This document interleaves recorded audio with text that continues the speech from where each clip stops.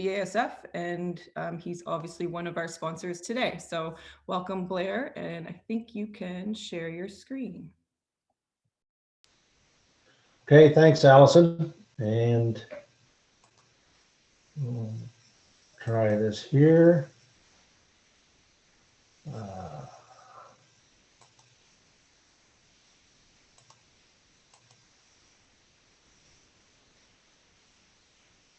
See how this goes here. Nope, that's not it.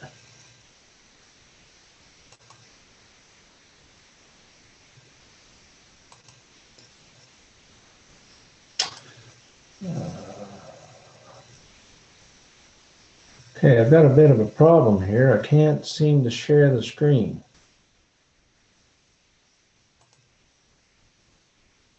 It's not letting you share your PowerPoint, Blair? No. No, it's not coming. Hit share screen.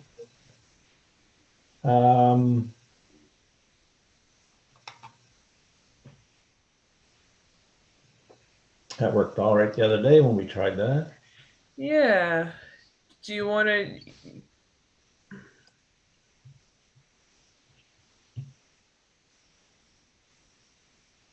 Should be able to work. If you want, you can. If you want to email it over to Allison or I, and we can share for you, because I seem to not have any issues sharing. Okay. Okay, just a minute here.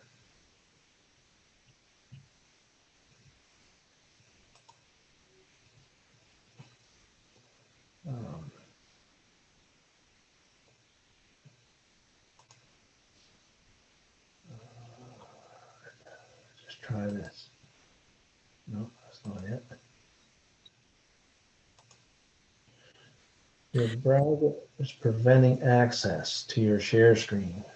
What's preventing access? It says, My browser is, it says. oh, that doesn't make sense. You should be able to have your PowerPoint up and then hit share screen and click to share the PowerPoint. Let me try this.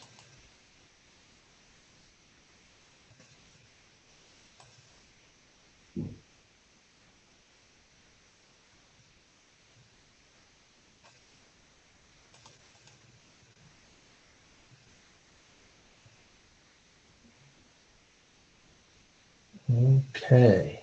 Now, can you see that? Not yet, but it may take a bit.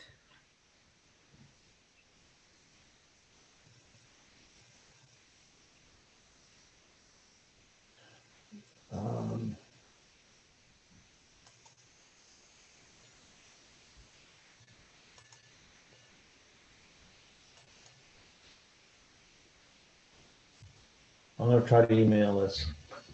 Okay.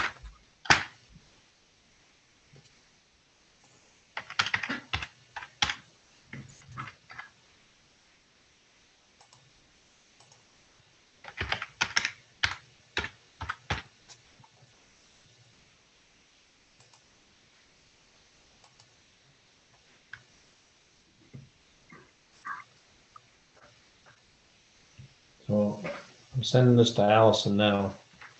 Perfect.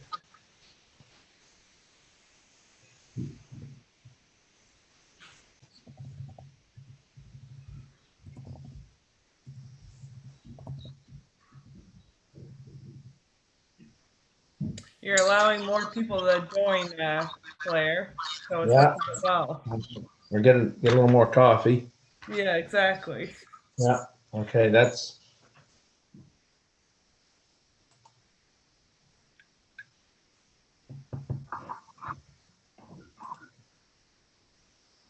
Allison should have that, hopefully. Allison, are you seeing the email come through? Not yet, but I'm sure it'll come eventually.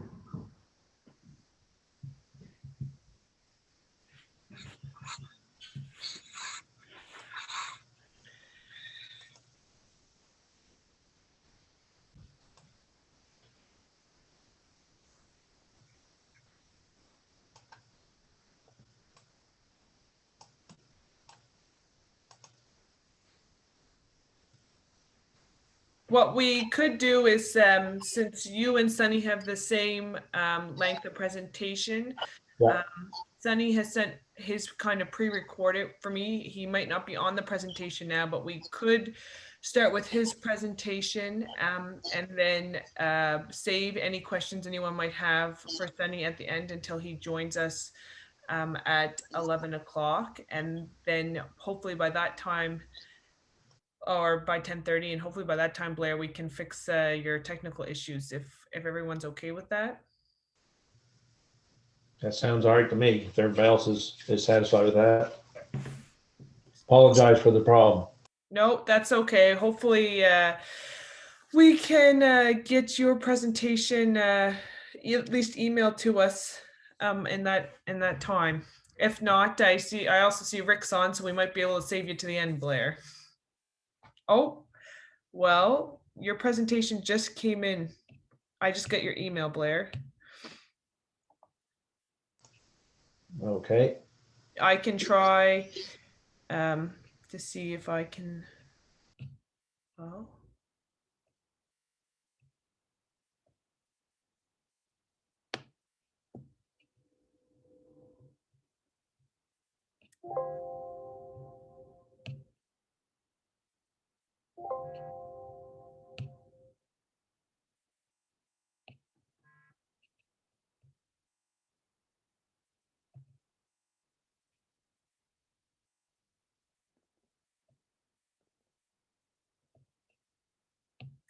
Okay, I am just going to share my screen, Blair, and I think this might work. Can everyone see that? Can you see that, Blair? Yep, it's on there Yes. for me. Yes, I can. But you might have to remember there was a special little thing. Oh, is it still showing as not the presenting view, is it? Nope, it's good now. It's presenting view, and Blair may just have to tell you when to switch the All right.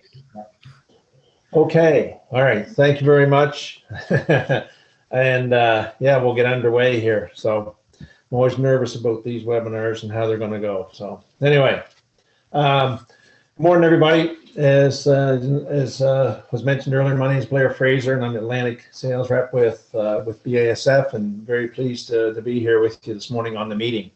So I've been with BASF now for 6 years, and we've had some new chemistries coming out over the years, but really excited about the offerings we have for this year, and I'd like to talk about those this morning. The first one is Merivon, new fungicide for fruit and vegetable crops, and I'd like to talk on Serafel as well. So next slide, Amanda, please.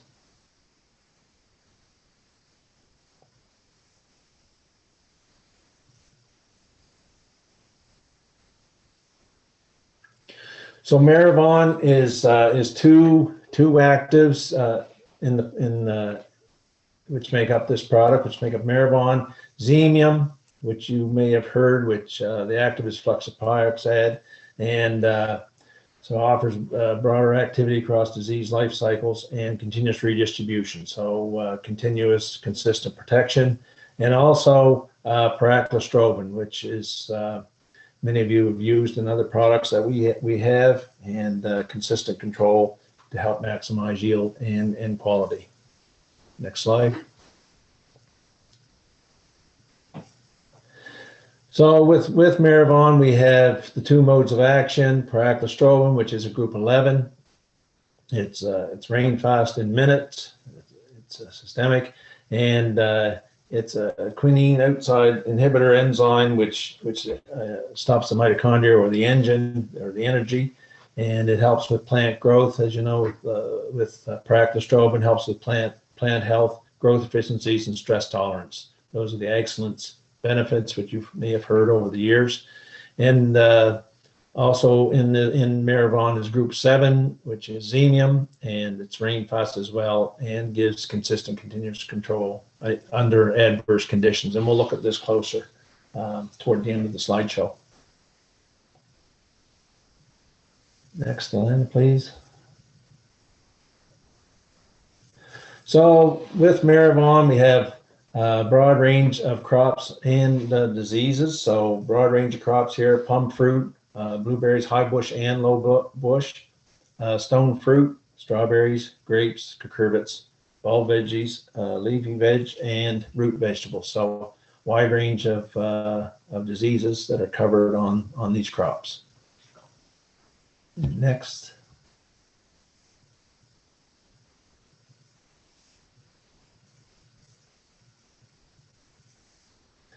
So we'll start through the crops, and we'll start with A and apples. I'm not sure if they're all alphabetical or not, but we're starting off here with apples and looking at the an untreated plot versus Merivon. Treated, really nasty picture, and you see what Merivon can do for the crop, and we'll look at this closer. Next slide, Lana, please. So with apples, with scab and powdery mildew control and other diseases, but looking here at scab control versus an untreated check and a couple of competitive products, and one of those is our own product, the Circadus, and a number of you growers have used this in the last couple of years, last 3 or 4 years since this has been registered, and found great results for scab and powdery mildew with Circadus, and Merivon is just taking it to the next level. Next slide. So here we have on apples and powdery, looking at powdery mildew control and the untreated check, quite a high percentage of infection there versus a couple of competitive products, and then Merivon. So very strong control with scab and powdery mildew with Merivon. Next slide. So we look at this. This is for plum fruit, looking at all the diseases controlled. So apple, scab, and powdery mildew, as I mentioned, and then some of the summer diseases. Looking at the use rate here, 300 to 400 mils per hectare, and 4 applications maximum per season, and no more than 2 back to back. And looking at the pre-harvest interval and re-entry, and then some general recommendations here at the bottom on when to start applications. And do not use Merivon with crop oil concentrates or MSO adjuvants. And on pears, do not use with mineral oil, as we could see damage under certain conditions. So here we are on stone fruit, and an untreated tray here. Tray of untreated fruit and pristine treated fruit and Merivon treated fruit. And this was a pre-harvest spray for control of brown rot. 2 applications, and then these were stored at 70 degrees, so it's stored at room temperature for 6 days. So as you can see, the pristine treated fruit stood up quite well, but the Merivon fruit stood up very well. Looking at cherry leaf spot here in the stone fruit, just comparing with the untreated check and then the competitive product and Merivon is given better control. And quite high defoliation there, and then untreated check, 50%. So here again is the table here with the key information for stone fruit. Diseases controlled, and use rate is 300 to 400 mils per hectare. Again, 3 apps per season, no more than 2 back to back. And the pre-harvest interval and re-entry. And again, cautionary statements there at the bottom.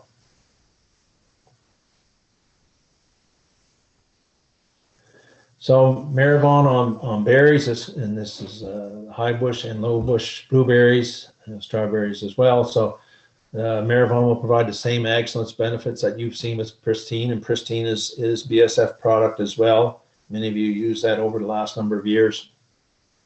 So Merivon will also give you, same as Pristine, increased berry size and increased yield and berry retention. It'll hold the berries on the vine so they don't drop off prior to harvest.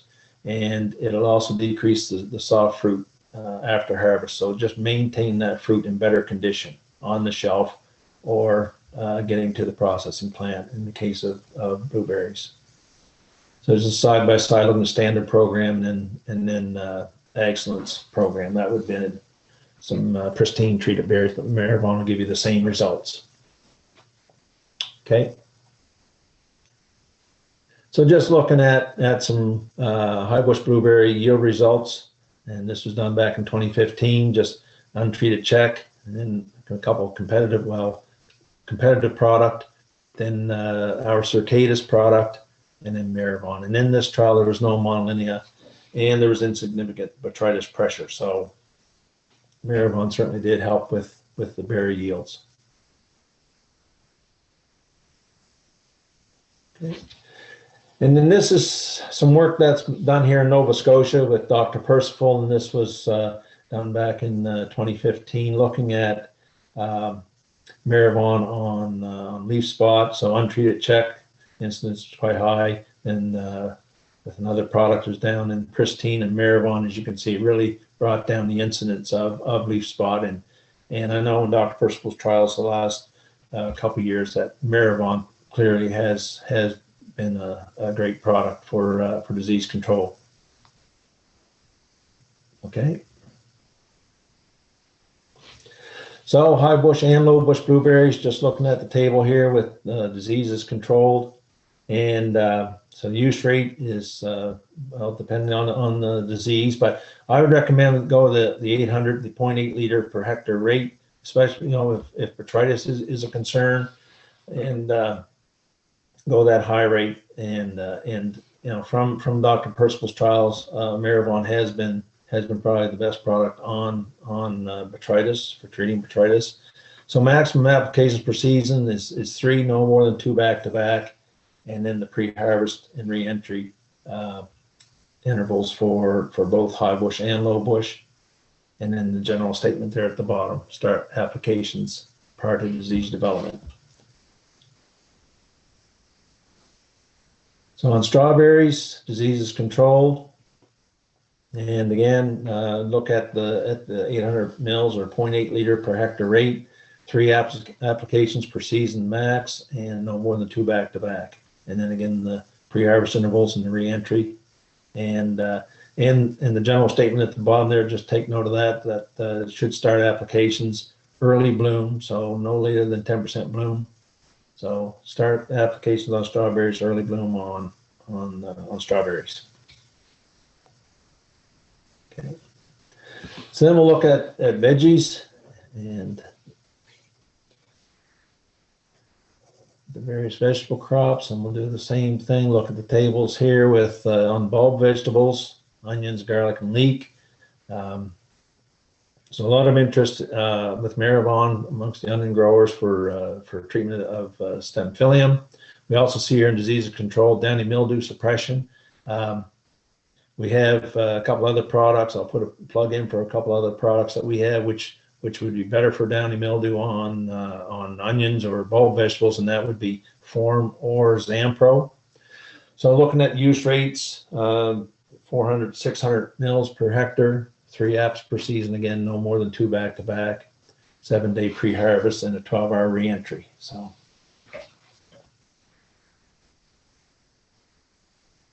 and then with cucurbits, so the disease is controlled there at the top, and 300 to 400 mils per hectare, and maximum apps again 3, no more than 1. Don't go 2 back-to-back. So 1 and then rotate to another group of chemistry, and then the pre-harvest and re-entry intervals. And then the general statement, just take note there that mix Merivon with water only for application to cucurbits. So don't put in foliar fertilizers or that sort of thing. Okay. And on leafy vegetables, so celery, lettuce, and spinach, disease is controlled there at the top. And again, 300 to 400 mils per hectare, and 3 maximum apps per season be 3, and no more than 2 back-to-back, and the pre-harvest and re-entry. And again, in the general statement, Merivon with water only for application to spinach, just because of the tender leaves. Don't want any injury to show up or anything like that. Okay. So root vegetables, so carrots, beets, turnips, ginseng, horseradish. A lot of interest here amongst the carrot growers. Late in the fall, if it gets wet and diseases can move in. There's interest there with Merivon to keep, get that on later in the season, just to keep those tops on, so the carrots can be pulled. They can makes for better harvest of the crop. And so the rates are 300 to 400 mils per hectare, 3 EPs per season max and maximum, and no more than 2 back-to-back. And then 7-day pre-harvest and a 12-hour re-entry. So that's Merivon. As I said, it's 2 actives which make up the product, and it's group 7 and a group 11.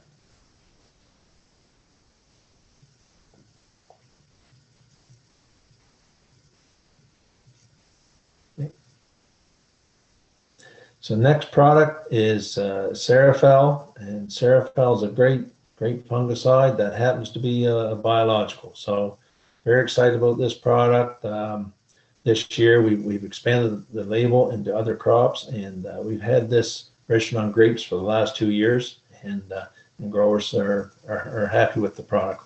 So yeah, we'll move along and have a look at Serafel. So it's a new option to meet evolving consumer expectations, regulatory standards, flexible working practices for re-entry and pre-harvest intervals, and support for resistance management. And next slide, just hit that again, please. And enhanced performance. So it can be used on its own, or it can be put in with existing with the products that you're currently using on your farm now to enhance the performance of those products. Next slide, please. All right, so as I said, mentioned earlier, we've expanded the label this year, and to a lot of other crops. We have had Serafel registered on grapes for the last 2 years, and we've had growers using it on grapes on its own, on reduced input or organic grapes. Had Serafel used on its own, and then commercial growers have put Serafel in with the products that they're using on a regular basis, just to enhance those products. So we've really expanded the label. A lot of interest here in some of these other crops, and we've also changed the label that fungicide, Serafel fungicide, has duration now up from 16 months to 36 months from the package date. So, if it doesn't get used in one season, it can carry over to the next season. So, just a little easier to manage the product that you want to work with. Okay. So there's 3 modes of action with Serafel. This is really interesting. Physical barrier, that the Serafel spores reproduce and occupy the space on the plant. So the disease-causing pathogens have no room to grow. These spores get their elbows out and take all the space there is. So that really crowds out any other pathogens. Nutrient competition, as the spores grow, they're taking all the nutrients, and there's no nutrients to support other pathogens. And then once on the plant, the Serafel spores germinate and produce metabolites that have fungicidal and bactericidal activity. So really crowds out the competition. Okay. Serafel can be tank mixed, as I mentioned, or rotate with conventional chemistry. So we've seen this the last 2 years with grape growers. They used it the first year and repeated that.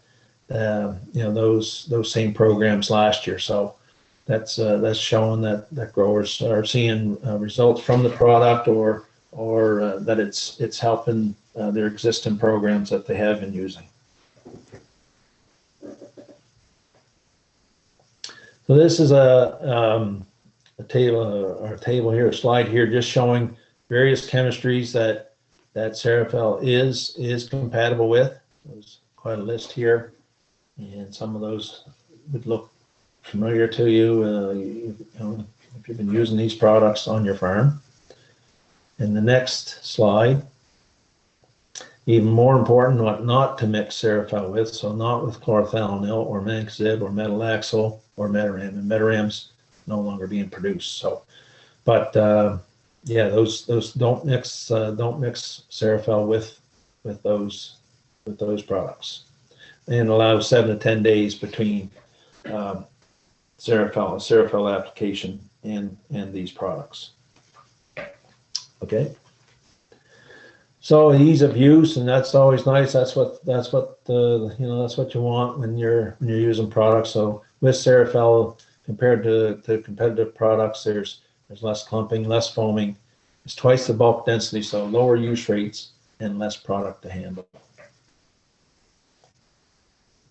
So the rate is 0.25 to 0.5 kgs per hectare. Just stay with the 0.5. That's why it's in bold there. The 0.5 kg per hectare rate is what growers have been going with. That's what we recommend. Ensure thorough coverage. Water pH should be between 4 and 9. Any use of a surfactant, if you have a surfactant you like to use on your farm, that can improve performance. It's I guess recommended, not required. If you have a surfactant you like to use, then by all means. Rain fast within 3 hours. Re-entry is 4 hours, and then where it's biological, pre-harvest is 0 days, and it is MRL exempt. So just wanted to mention a couple other products quickly. Ignite herbicide and registered crops for Ignite, wide range here. And there's a lot that's under apple trees in the herbicide strip, or high bush blueberries, or grapes. So just thought I'd put that in there. Next slide, please.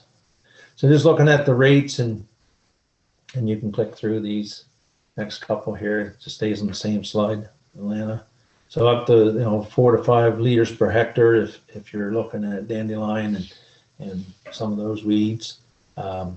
Next slide. Use the higher rates when the weeds are denser or mature. So it's rain fast in 4 hours. The case size is 2 by 10 liters, and maximum 2 apps per year. And re-entry is 12 hours. And then pre-harvest interval differs by crop. So I just thought I'd put that in there as well.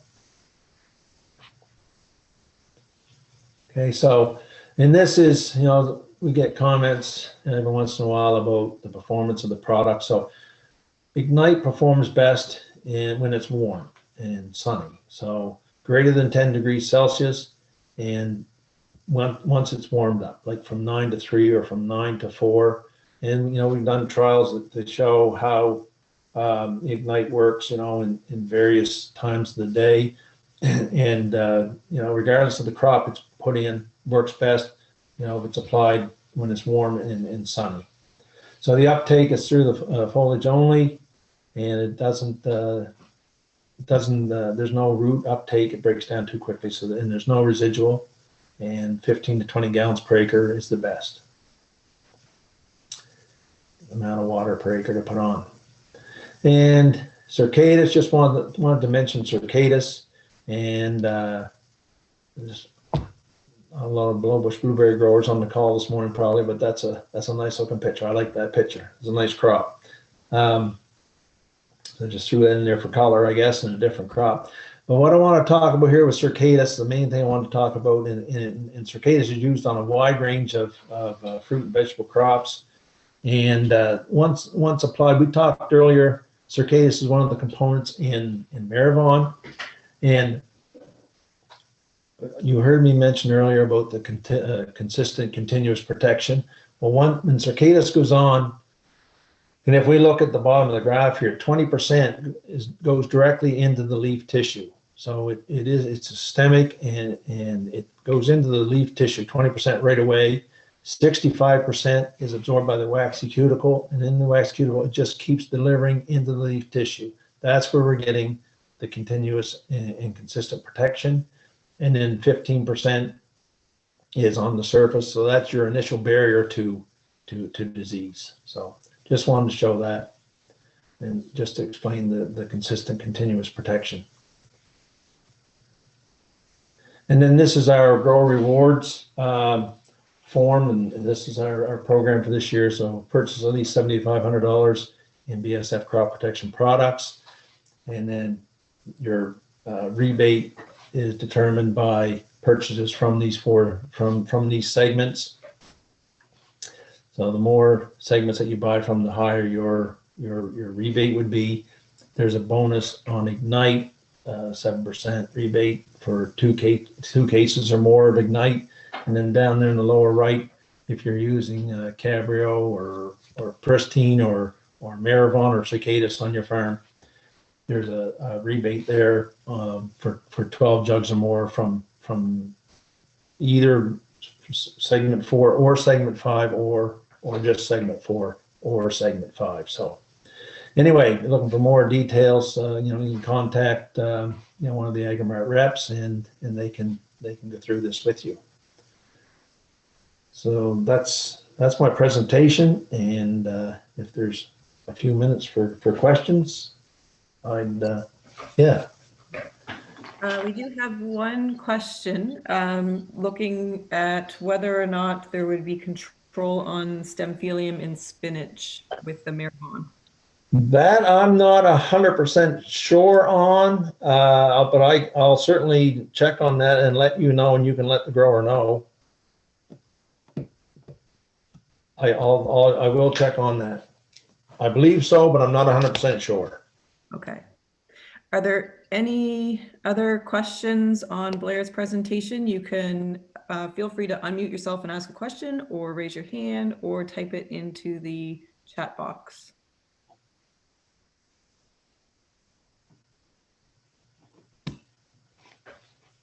Just before we go to the next presentation, thank you very much, Blair, for presenting and sponsoring today. There's a couple housekeeping items I just would like people to pay particular attention to, just because if you're looking to get receipts, we have to confirm who you are.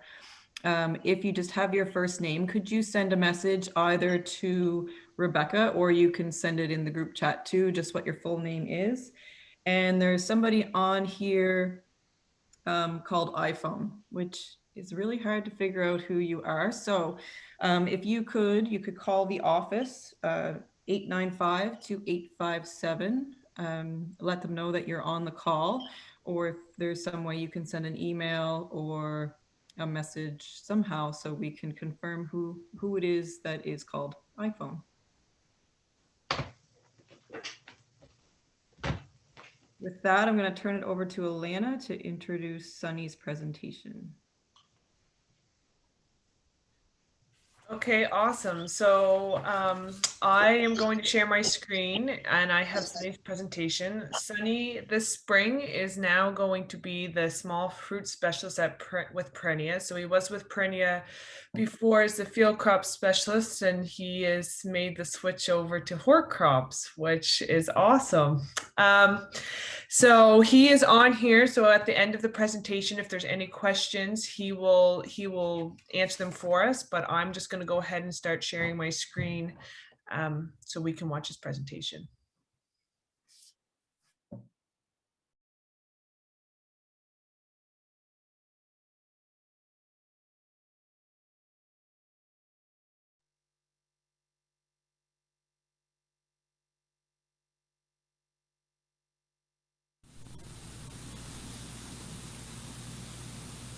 Good morning, and thank you for Alana for inviting me here to talk about powdery mildew and its control with UV light.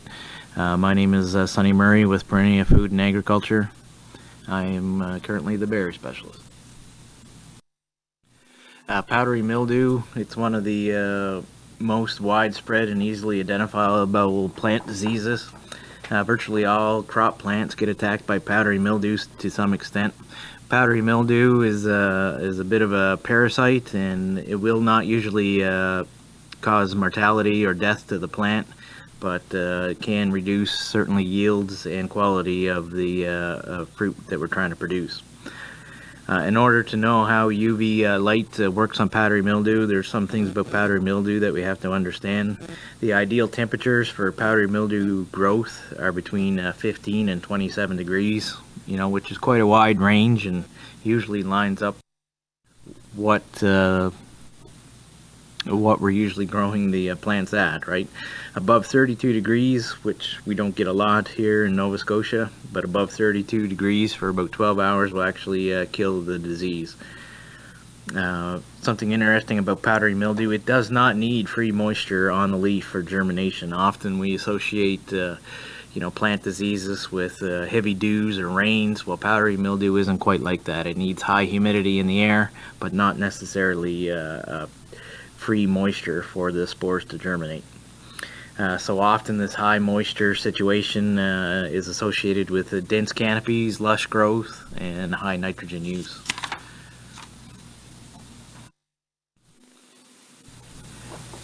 Powdery mildews are host specific, which is kind of interesting. Most people think that powdery mildew on one plant is the same as the powdery mildew on another plant, but that's not the case. Powdery mildew from pumpkins cannot affect strawberries. Powdery mildew on strawberries will not infect the vine crops. So here I have listed some of the species of powdery mildew that are associated with the different crops, and we don't have to know those species, but just know that powdery mildew cannot move from one crop to another. And so if your neighbor is growing apples and you have pumpkins right beside it and he's polluted with the powdery mildew, it doesn't mean that powdery mildew is going to move from the apples to the pumpkins, or vice versa. Conditions for powdery mildew growth are going to be good no matter what crop it's in, so you may see simultaneously the powdery mildew in the apples and in the pumpkins, but they're really not associated with each other. If you look at grapes, some grape growers will plant roses around or through their vineyards, and those roses are very susceptible to powdery mildew, but that powdery mildew won't spread to the grapes. They're planted there so that the grower knows, I have powdery mildew on my roses. Conditions are good for powdery mildew, therefore I need to control it in my grapes. So this is some of the symptoms we tend to see. Here we have a strawberry plant. In the first picture we see the cupping of the leaf, which is often the first sign of a powdery mildew infection. A very subtle cupping of the leaf. As powdery mildew worsens, the cupping worsens, of course, and we see these purple blotches. And we see a lot of different purple blotches on strawberry leaves, right? But these have a slightly different look to them. You flip the leaf over, and of course you see what you see in the next photo there. The powdery, almost flower-like on the bottom of the leaf, and that's the mycelium that we see. You can see this with your naked eye, but it's usually more identifiable, easier to see if you have a hand lens. If it's not kept in check, powdery mildew, of course, can move to the fruit. You get your fuzzy white fruit, but also the calyx of the berry can be infected as well, and this just makes to a rough looking berry. We like to see the big floppy calyx, very green, looks very showy in the box. So a closer look at it, and this is two reproductive structures that we're really seeing here. We're seeing mycelium, but also a closer look is the conidia being formed on the leaf. And this is how powdery mildew is able to spread very rapidly in season. This conidia is a form of asexual reproduction, so the the fungus is making clones of itself very rapidly, carbon copies of itself, photocopies of itself. So there's no sexual reproduction where you have a mixing of genes. It's the asexual reproduction where it's making copies, genetic copies of itself, reproducing very rapidly, very quickly.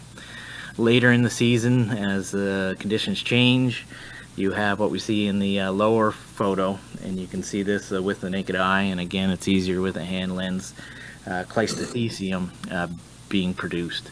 And these are a very hard reproductive structure, but these come from sexual reproduction, where the fungi has to almost pollinate, and there's a mixing of the genes, and this structure is more for overwintering. So it's very resistant to changes in temperature and desiccation, moisture levels, that kind of thing. So the plant is able to reproduce in two ways, very quickly and more of a long-term structure where the genes are actually being mixed. And right now you're probably saying, who cares? But later on that'll become more important. So anybody that grows pumpkins, of course, or any of the vine crops, cucumbers, has seen powdery mildew. Certainly you can get powdery mildew resistant varieties, so that are very good on this, but seed is expensive, and maybe you can't get the variety you want with the resistance you're looking for. But you know, it's very important in vine crops. If vines collapse because it's so polluted with powdery mildew, it affects the fruit ripening, and you also have weaker stems that'll detach from the pumpkin, and also, of course, smaller fruit. Powdery mildew, very important in apples. In apples, the powdery mildew will overwinter on the buds of the plant, and as new growth emerges in the spring, it'll become infected the following year. If it goes unchecked and gets onto the apple itself, you can have a russening of the skin as the apple expands, where the fungus was feeding on that apple skin. It causes that russening as it expands. Grapes, of course, powdery mildew is a very important disease. It reduces the size or yield of the grape itself, and also the sugar content if the fungus is growing on the leaf. But if it gets onto the fruit, it can cause cracking of the skin, and then you'll get the leakage, and you often have other insects and diseases move in there and feeding on that. But it can also cause off taste in the wine later on, is why the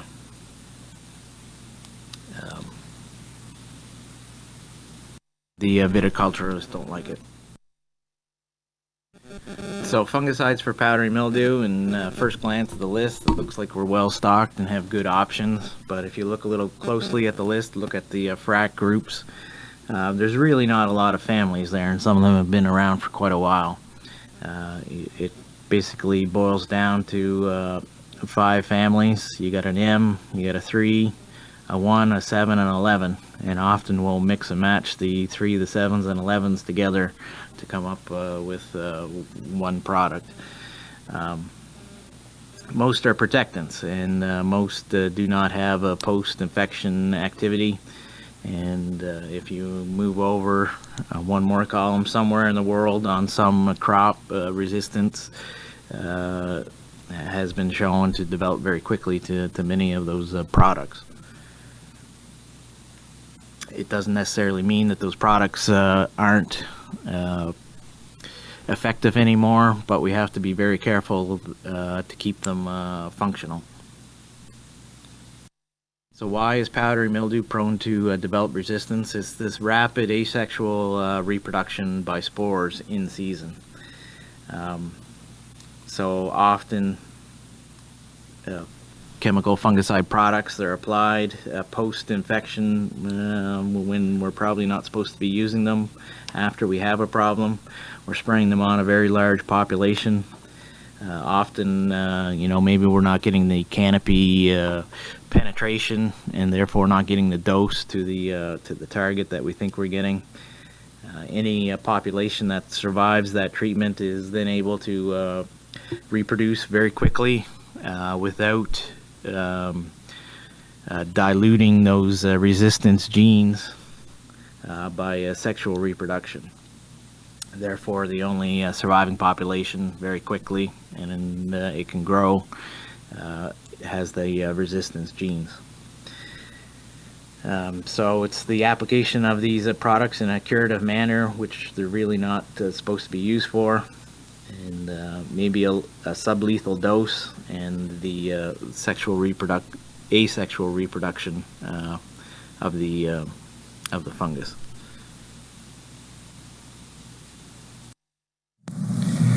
So this slide just shows the reproductive cycle of powdery mildew, and we really start the year right here with the Cleistothecium. Cleistothecium is the overwintering structure. As we said, it protects the ascospores from desiccation, changes in temperature. They're released in the spring, find their target, hopefully from their point of view, hit a leaf and germinate, and then we go into this asexual reproductive cycle where the plant doesn't have to cross, where the fungus doesn't have to cross with other fungus. It rapidly reproduces conidium, which are essentially spores, and germinate very quickly.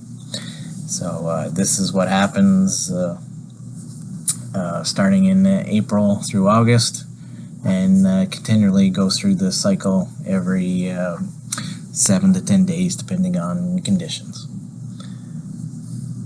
When we get into August, the plant, or the fungus is setting itself up for winter. It reproduces with the Cleistothecium by crossing, and you get those mixing of the genes with other powdery mildew of the same species.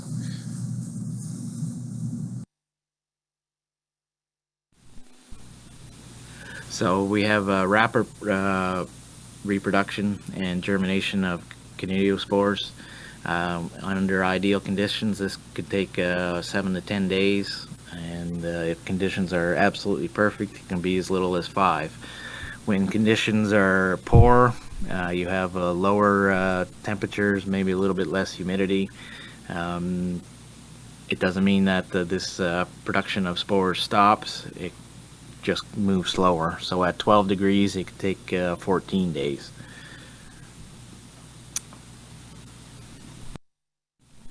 So what we have done to look for other ways of controlling powdery mildew to get away from resistance issues, maybe help reduce costs a little bit, is go to a UV system to control powdery mildew. So over the last couple of years, we've been working on this prototype with Charlie Ketty in his strawberry nursery to help control powdery.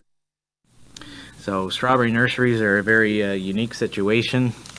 The plants, as you well know, are reproduced vegetatively, and problems tend to magnify very quickly in a strawberry nursery. So you're keeping these plants, any pests that are on them get magnified and reproduced and passed on to the next generation. That next generation can happen in the nursery, or it can happen in the grower's field, right? So powdery mildew needs to be controlled in the nursery because we want these plants to have a good vigor, produce a lot of energy to feed those buds that are going to produce the crop for the next year, but also produce daughter plants within the nursery. If that plant doesn't have energy, it can't produce runners and offspring, right?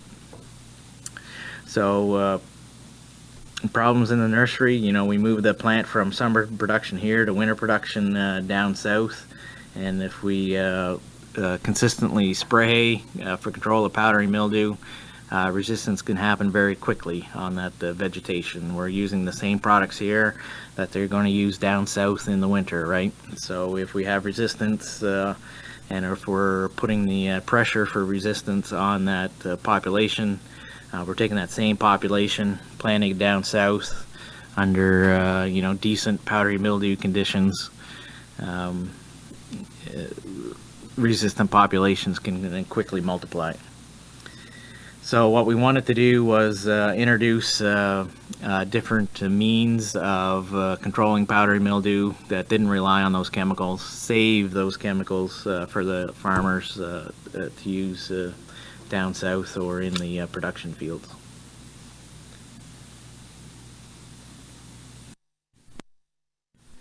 So powdery mildew is able to be controlled by UV light because the mycelium itself grows on the outside of the leaf.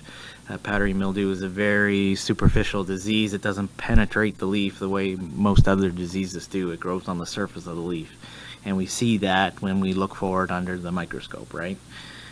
So here we have a schematic of a powdery mildew.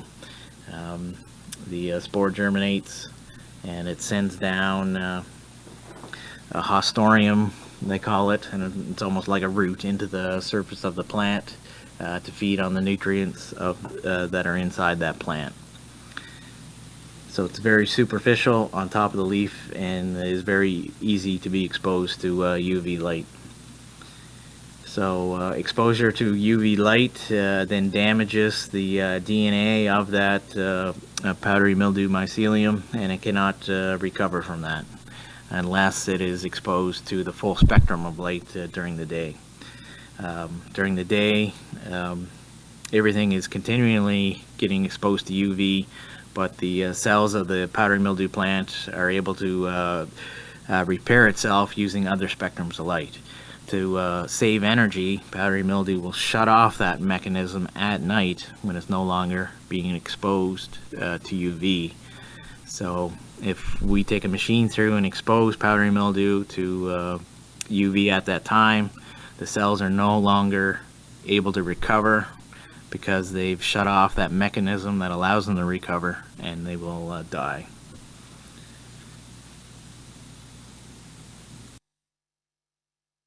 So when using UV light to control anything, again, it's the same as chemicals, right? The dose makes the poison.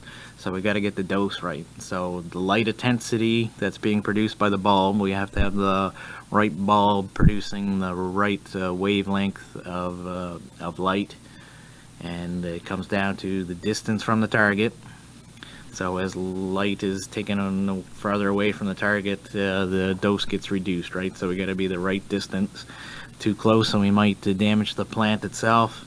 Farther away, we're not going to get the control we're looking for. So we got to have the correct light, the right distance from the target, and the time of exposure. So that's kind of what we're looking for when we're building this machine. Strawberries are quite tolerant to UV exposure.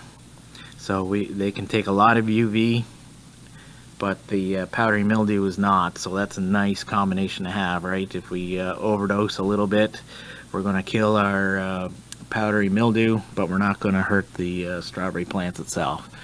And the machine that we produced, we actually stopped in the crop to take pictures, and I was quite worried that we were going to have strange looking plants in a couple of days that were highly damaged by UV light, but it didn't hurt them at all. So strawberry plants themselves can take a lot of UV light. So we were able to do some math and calibrate the speed of the ground speed of the machine. So the machine that we produced travels at 2 kilometers an hour, which is a little bit slow compared to a sprayer maybe, but that's what we had to come up with.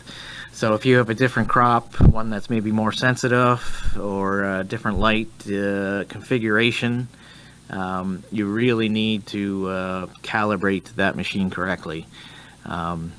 When we produced this machine, we thought we were going to get somebody from Cornell up to test the output of the machine, and those sensors that they use to calibrate the output are quite expensive and quite an elaborate system to go through. Unfortunately, because of COVID, we weren't allowed to get them up, so we just had to go with a calculated calibration. Now, if we actually tested it, we could probably get our ground speed up a little more and get a little bit more efficiency out of the machine, but without actually testing it, we landed on 2 kilometers per hour. So application needs to take place 1 hour after sunset and 4 hours before sunrise, and that's very important. So if you don't like working all night, this isn't the machine for you, right?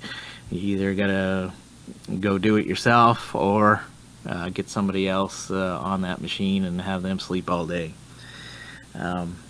So why is this necessary? It takes a while for the powdery mildew to shut down that repair mechanism that will repair the DNA. And we have to shut the machine down 4 hours before sunrise, so that the fungi will expire before it can recover from the full spectrum of light provided by the sun.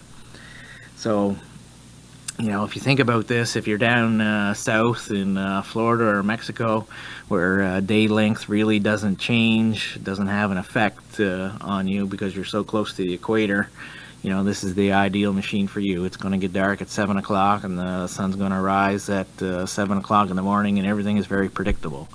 But up here where we are, you know, your nights can be quite short during the time where powdery mildew can be a problem for you. If you're later in September, you know, you got lots of night to work with, things aren't a problem, but it changes through the year. So what did our machine like? This is what we started with the schematic. You got to get your array right, and the proper distance of the lamps to the plants, so you don't have overlap or parts of the canopy that don't get exposed, right? So then from that schematic, we were able to produce the dome, and they just take normal tube lights, but instead of a full spectrum of light, now they're just producing the UV spectrum.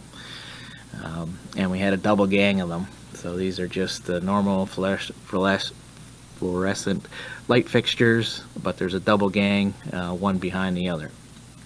And so this is what it looks like at night. And as soon as you start running the machine, everybody wants to look up underneath it, but really there's not a lot going on in there, right? But you do have to look up in there once in a while to make sure all of your lamps are on. And interestingly enough, in this picture, you know, we got one fixture here that's not working. So when you go to check to see if everything's working, you put a glove on your hand, stick your camera up in there and take a picture, right? And then look at the picture on your camera. You don't go sticking your head up under there, of course, because you're going to get exposed to UV. So this is what the machine looks like. It's a 3-row machine. It's quite heavily built, and probably in hindsight overly built, right? There's really no working parts to it. It just has to be heavy enough to hold those light fixtures. On top here, we put a generator to produce the electricity and run the bulbs, of course. The generator was a 6,000 watt unit, and there was quite a bit of drag on there. If you start doing the math, we got 48 light tubes under there, and that produces quite a draw. So you don't think you're going to get away with a small generating unit or being able to plug it into your tractor or cigarette lighter, right? This is she's drawn some juice here. So because powdery mildew, you know, it's reproducing on that 7 to 10 day cycle. We want to be out there again on that 7-day cycle to control it.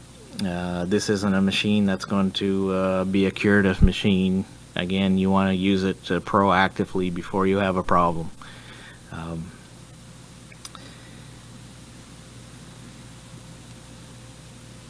With some crops and some conditions, you might want to be out there twice a week to stay on top of it, right? So it is quite a commitment. You're going to have to be out there proactively once a week at night, traveling at 2 kilometers per hour.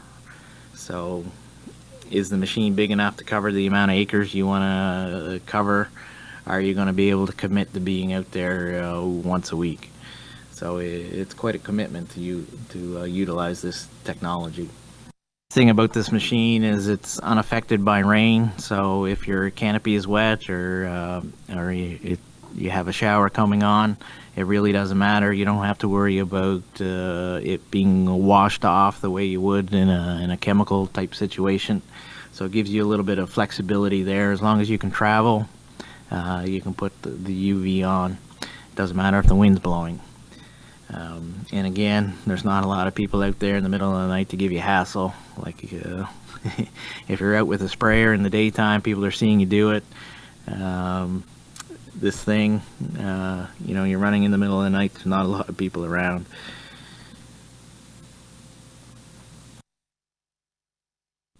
So safety with this machine, you know, it's not a lot different than stick welding, right?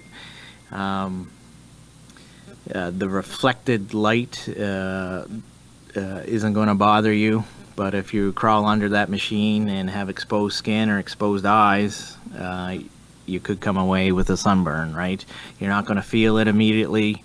You can't feel it or smell it or feel the heat of it on your skin, but a few hours later you're going to come away with what is essentially a sunburn, right? So you got to be very careful, and repeated exposure to your eyes and your skin can cause problems long term. So it's very important that we respect that.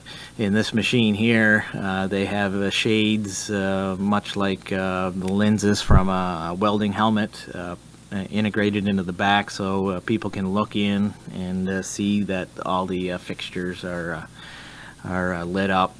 This was a demo unit, so it's meant to be showy and for people to look at, right? So again, I can't stress it enough. If you're going to be under there, and it doesn't matter if it's day or nighttime, if the bulbs are on and you want to get under there, you got to suit up and wear protective equipment.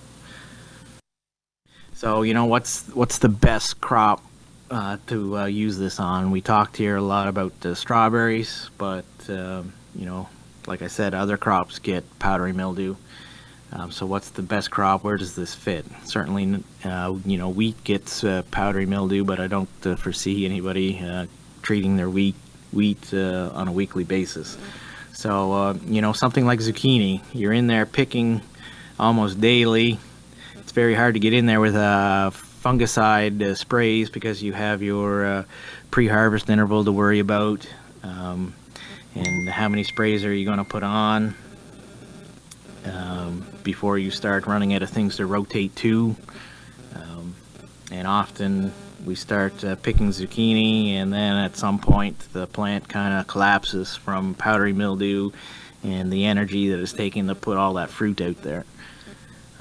You know, I also think it has a fit for grapes, maybe not a large production scale grape vineyard, but if you were a little bit smaller and you had a niche market that was organic or reduced input, maybe it'd be a good fit there.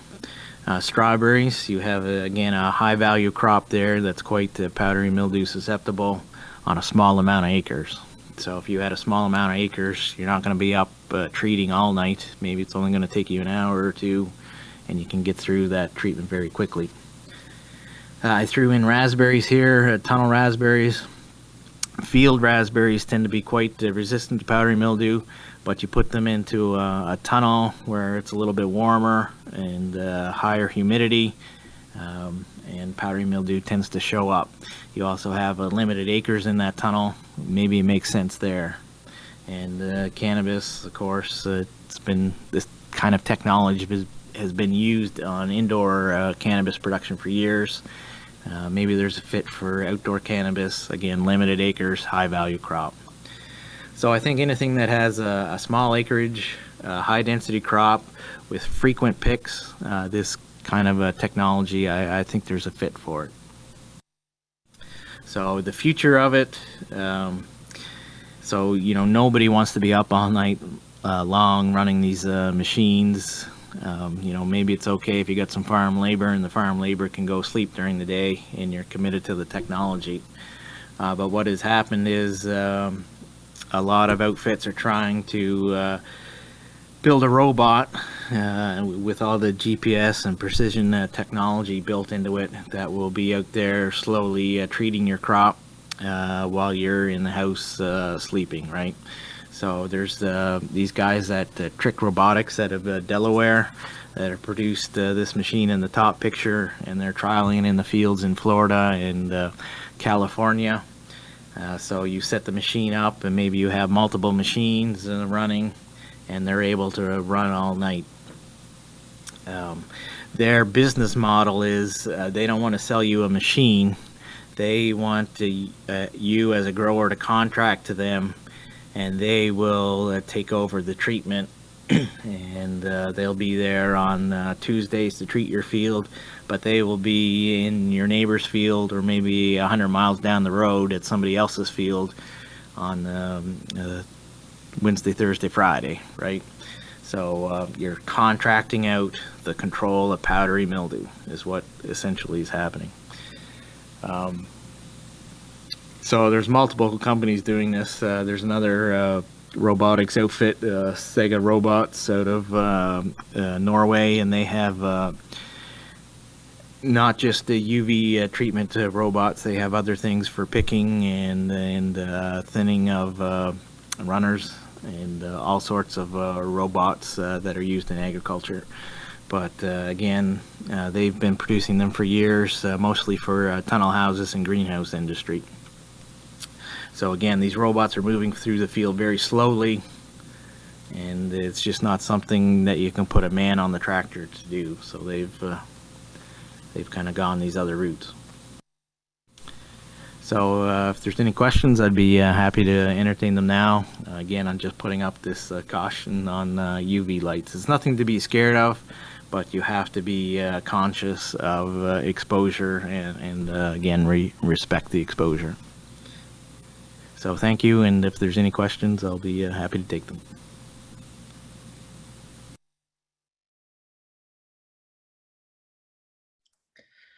Awesome. Thanks, Sonny. I see there's probably a few questions in the chat. Can you see that one, Sonny, in the chat? Yeah, if you just want me to read the question, I'll respond to it. So Hector asked, can powdery mildew develop resistance to UV? And we don't think that it can. It would have to go through some pretty major adaptations to do that. Powdery mildew has this mechanism where it, in the daytime, of course, it's constantly, and we all are exposed to UV light. It uses the full spectrum of that light that it's exposed to repair itself. And this kind of leads into the next question is, you know, fungi isn't a plant. It can't produce its own energy. It's not a energy producing mechanism. It's just using that the rest of the full spectrum to repair itself from the damage it's getting from UV. So at night, it shuts off that repair mechanism. So it can't repair itself, but also it's not being exposed to the full spectrum of light at night too. So there's kind of two things that aren't happening at night that it needs to repair itself. So I don't think that it's ever going to be able to mutate enough to overcome a UV light. I don't foresee that happening. No. Awesome. I think, is there any more questions for Sonny? One there at the bottom, I believe, from Megan. Why can the fungus? Yeah, I was going to say, I think that kind of rolled into your question there, or your answer, Sonny. Yeah. So it's not an energy producing chloroplast type production of energy. It's a different pathway altogether. Yeah. Awesome. Is there any further questions? If not, thank you very much, Sonny, for taking the time to present some of the research that you're doing, and we look forward to hearing more about it and seeing it this season. No problem. Take care. Okay, so we're moving right along. Just a couple housekeeping items again. If you haven't already connected either with Rebecca or Lana or Megan or somebody here from the Agromart, please just send us a message or shoot one to the group just to say who you are on the screen. So if it's just your first name or if it says iPhone or something like that, we just need a little help there just so that we can email you receipts. So also, in case anyone missed, we are giving donations in honor of our speakers.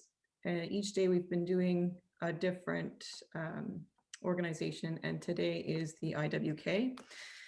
So thank you very much, Blair and Sonny. And our next speaker is Rick from Agro-K. He's our business development manager and one of our sponsors for today. So we really appreciate having Rick's support and his great presentation coming right up. Take it away, Rick. Thanks, Allison, and thanks for introducing it as a great presentation. I hope you enjoy it this morning. Hello and good morning to everybody in Nova Scotia from British Columbia. It's great to be here this morning, and I have prepared a presentation. I know it's called Tips and Tricks, Effective and Safe Spraying Techniques. Really what it is it's a 101 on spraying. A lot of this is going to be common sense stuff. Maybe a good time to have a reminder before we get into the season as to some of those things that need to be in your mind when you're going out there to the spray rig. So a lot of this stuff, I realize, common sense 101 stuff that's already there, but please take it as a bit of a reminder. I'm coming across with this presentation a little bit light this morning, so I hope you chuckle a little bit as you see some of the pictures I've put in here. But I've also buried a few nuggets in here of information that I think you might find useful that maybe you're not aware of yet. So hopefully as we go through this, you can kind of mine those out and put them at the back of the mind before we get into the season. So moving forward, before spraying, what should be in my mind before I go out and start spraying? Well, this may sound common sense, but read the label. Be familiar with the label, but be careful that if you're familiar with the product, and I get this way myself, I get very familiar with what I'm doing. So I may glance through it. I may not even look at it because this is a product I'm familiar with, but labels change over time. The rates may change. The crops that product is allowed on may change over time. So I would encourage you when you're starting the season and you're getting your pesticides and you're starting to use these products, make sure that before you start putting stuff into the tank that you've read the label, you're familiar with the label. Don't just make assumptions based on the past and what you were familiar on the label from 2 or 3 years ago, because that might get you into a hot spot if there's been changes. The industry is pretty doggone good at reaching out to everybody when there are changes, but nothing is perfect. And remember, the label is the final authority. It is kind of like that contract between the manufacturer and you, the grower. So take a look at it, read through it, make sure that it hasn't changed and there's not new information that you need to be aware of. Things like re-entry intervals, kind of important. After I spray, when can I let the crews go back into that field? Days to harvest. Sometimes we can see some pretty substantial changes in days to harvest. That can put you in a pretty tight spot if you're coming in close and you've got something that's 21 days to harvest and you just sprayed it 19 days. Now you've got a problem. Maximum residue levels, commonly referred to as MRLs. You need to know what those MRLs are for the different markets you're going into. It could really limit where you want to ship those blueberries. If you want to see those blueberries go over to China or go into the EU marketplaces, if you've gone out and done the wrong pesticide too close to harvest, now you got a residue level that's going to limit you from shipping into that market. So you need to know these things, know those re-entry, know the days to harvest, know those residue levels for the different markets that you want to go into, or at least keep open to go into. This is a big one, folks, and I know it's common sense. Do not use products that are not properly labeled. When you go into the shed, it happens, labels do come off jugs. It's not perfect, but if you've got a jug in that pesticide shed that no longer has a label attached to it, please be cautious. Don't use it. When in doubt what the contents are of a jug are in a product, don't guess, don't use it. And I put on there, Roundup does not go well foliar applied on fruit trees. And that's exactly a case that I had with one of my customers a few years back, where he thought it was a jug of fertilizer, and it wasn't. It was a jug of Roundup. And by the time he had finished spraying 7 acres of orchard trees that were 7 years old, so just coming into full production, and this was in the springtime. This was just at petal fall. Things were really starting to happen. And he went out, he grabbed what he thought was a jug of fertilizer. It was a jug of Roundup. He nuked 7 acres of trees that were 7 years old because he guessed, because the label wasn't on the jug, but where it was in the shed, oh, that's got to be fertilizer because it's over on the fertilizer side of things. And it wasn't. So please, I know when we get going, things are happening. There's a lot going on. Got to get the job done. I come from a farming background. I get it. Let's get her done. But don't guess. If there's not a proper label on the jug, err on the side of caution. The mistakes can be costly. What happens with those unused pesticides? Well, just a reminder that through Clean Farms, there are collections every 3 years. And I know that the Truro Agri-Mart is a collection site. So if you've got unused pesticides, even if there's no label on it, you don't have a clue what it is. All you know is that you're not going to apply it. You need to get rid of it. It could be toxic. This is your opportunity to bring it in and get rid of it. So if you want to know when the next collection period is, contact your Truro Agri-Mart representative and ask them. This is a service that does not cost you any more money. This is a service that's offered by the industry. The manufacturers are paying for this. So utilize it if you've got unwanted pesticides that you haven't used in years that are starting to build up in the shed. You got a jug there that the label's not on it. You don't have a clue what it is. All what you know is it was in your shed. It was in your pesticide shed. You're not gonna apply it. You need to get rid of it. Here's the opportunity. Every 3 years, there's a collection opportunity. So store them up in the corner and make sure they go in free of charge and get rid of them during a collection time. So here's a question that we do need to think about when we're getting ready to spray. What's the quality of your water? Is it hard water? Is there a lot of organic matter in that water? What's the pH of that water? These are things that can really impact how well those products that you're putting in the spray tank that you've bought, that you're looking for a response from in the crop, how well they work, what their efficacy is, really does have a huge impact because of that water quality. A good example of that, I'll go back to Roundup. Roundup is neutralized by organic matter. So if you've got some dirt or some sediment in that spray tank and you're pouring Roundup in there, that sediment is going to start to neutralize the Roundup before you've even yet left the yard to go spray it. Excuse me.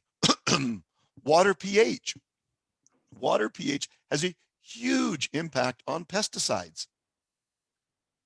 You need to know the pH of the water going into the spray tank. And then once everything gets into that spray tank, whether it's 1 item or 3 items or 7 or 8 items that are all going in that spray tank, they all have an impact on the pH in that tank. And it's very important that we know what the pH of the water going into the tank is, and we know what the pH of that mixture is before we go out and spray. And here's why that's important. It's something called chemical hydrolysis. And the fancy definition is the reduction of a pesticide's effect caused by an adverse chemical reaction in the water in the spray tank. Basically, what's happening is the pH in the water is causing that chemical to break down over time. Some chemicals, some pesticides are very stable in a wide range of pH values. Some of them can handle pH values if your water pH is down around 4, 5, or up to 7.3, 7.8. Some pesticides can handle that very well. But unfortunately, other pesticides start breaking down if the pH is too low, so the water in the tank is quite acidic. And then there's even another group of pesticides that break down if the pH is too high. The water's getting quite alkaline. So we need to know what that pH is in the tank so we can adjust it accordingly to what the pesticides need so that they don't break down. So you want to know the pH of what's in your water tank. After you've thrown everything in there, you want to know what the pH is once everything's in there. And just a cautionary comment here, remember, water quality can change over the season, particularly if you're pulling that water out of a river or creek. Know the stability of the chemicals you're putting in the spray tank. Now, how do you get that information? This is where I get to throw your Turo Agromart crop advisors a little bit under the bus, in that don't be afraid to ask your crop advisor. If they don't know, they can certainly find out for you. This is information that the companies that manufacture these chemicals, these pesticides, know. You just need to ask. And then once you know what the requirement is from a pH and stability in the spray tank is, you can buffer that pH to make sure that at the end of the day, the solution is in the right range that you need. You got things like potassium bicarbonate, you've got acids that you can put in the tank. For Roundup, just to come back to Roundup, LI 700 was designed exactly for this reason. It's to help stabilize the pH in a range that's ideal to spray Roundup. So there are certain things we can do to make the tank pH more acceptable, because that product is expensive and we really want it to work. Insecticides tend to be more susceptible to this breakdown, this pH breakdown over time than fungicides and growth regulators. Organophosphates and carbamates are some of the really most susceptible to this chemical hydrolysis, this chemical breakdown due to pH in the spray tank. Here's a list of just a few, just to give you a little bit of a flavor to what some of these pesticides are looking for an optimum pH in that spray tank. Malathion, 5 to 6. I had a grower that mixed malathion, wasn't paying attention to pH, got the malathion in, his pH was too high. The malathion was mixed up in the spray tank. It was right before lunch. So he decided, well, the tank's agitating. I'm going to go in for lunch. And when I come out, I'll go spray. So he went in for lunch. Like any other businessman, the phone started ringing. He had a few phone calls. It was about 2.5 hours before he got back out there. By the time he got that tank of malathion out into the patch and started spraying, he was essentially spraying water. So that's why this is important. Roundup, 4 to 5 pH. Roundup is looking for an acidic pH. Imidan is 5. Ignite, 5.5. And this is just to ensure that these products are at maximum efficacy, that they're working at their best. So, key statement here for everyone. These products that we are putting into the spray tank have costs associated with them, right? And there's a desired impact. When we're putting these products out there, we want them to do something in the crop. So take the time and do get it right. These are soft costs because the product might work a little bit, it just might not work to its best. So these are costs that are sometimes hard to measure, hard to see, but they're still real costs that are money coming out of your pocket. So take the time, do the test. It doesn't need to be a fancy pH meter.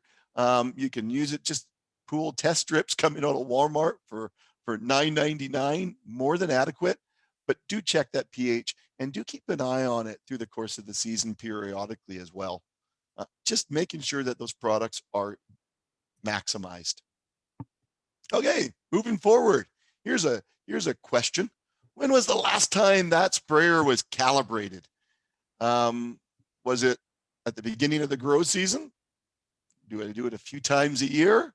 Or was it 4 or 5 years ago? We all get busy.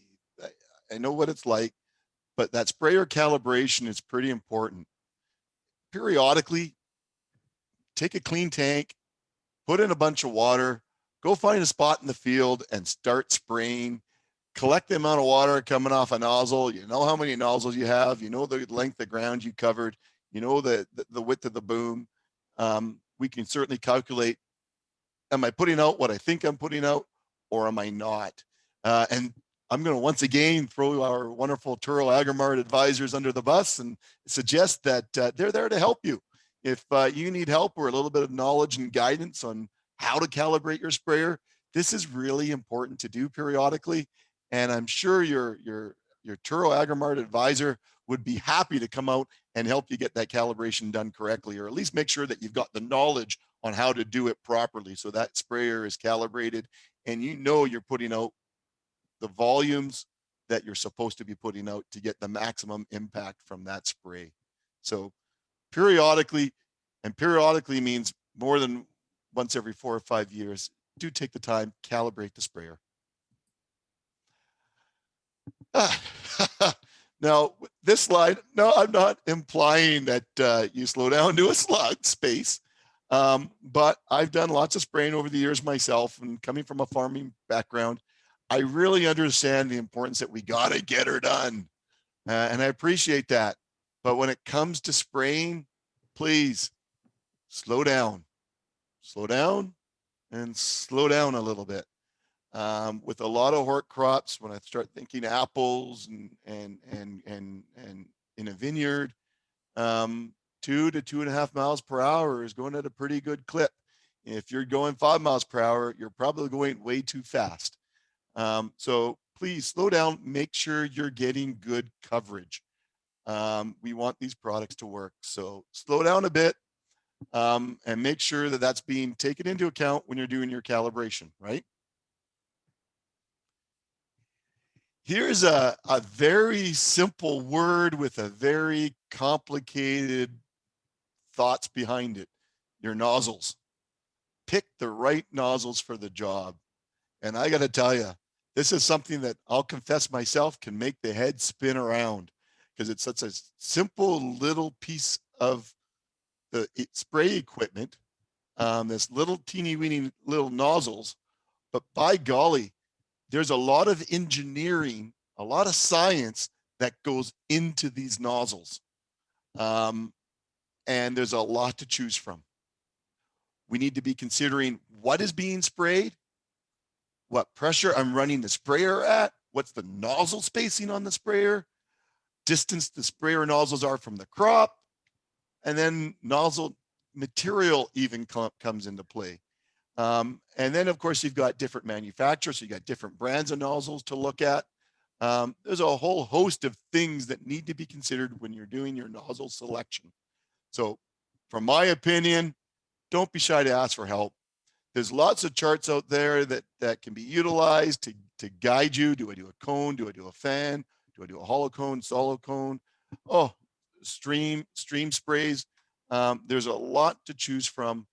Don't be shy to ask for help if it's a little over daunting. Like I said, when I get into the nozzle side of things, I know my head starts to spin. So there's a lot to get right but nozzle selection is critical. Don't just choose one selection of nozzles and run with it for the whole year on a number of different sprays.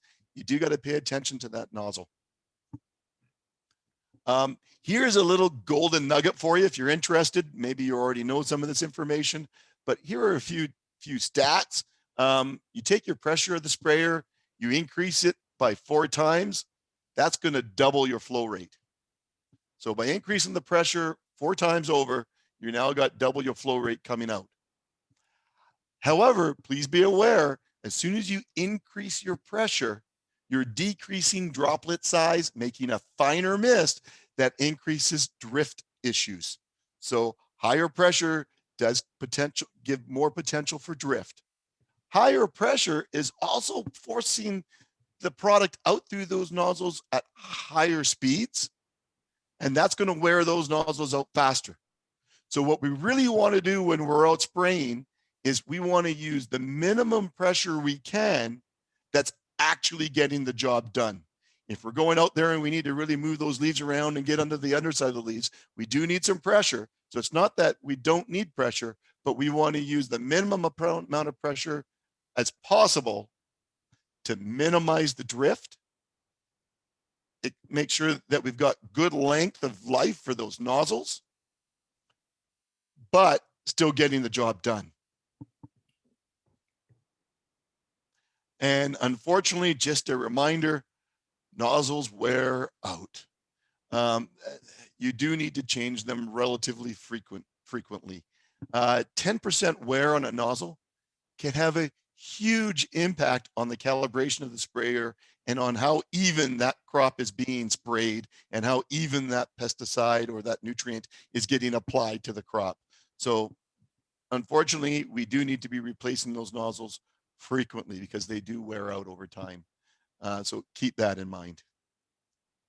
So when we're tank mixing, what should be in our mind when we're out there putting stuff into the tank? Well, first of all, wear the proper gear and maintain the gear properly. Now, this guy is going a little bit overkill. I do like the fact that I'll say, though, that his gloves are tucked in. They're not on the outside. If they're on the outside and he has a spill, the gloves are going to act like a soaking bucket for your fingers. I'm soaking in the Palmolive kind of idea. He's got the boots. He's got them tucked in as well. So I do like the way he's got things tucked in properly with the spray suit. But again, he's going overkill. But there's safety gear out there when you're around these pesticides. Please wear the proper safety gear and replace it periodically. Maintain it. If those gloves are getting a bit worn and getting cracked and getting some holes in them, maybe it's time for a new pair of gloves.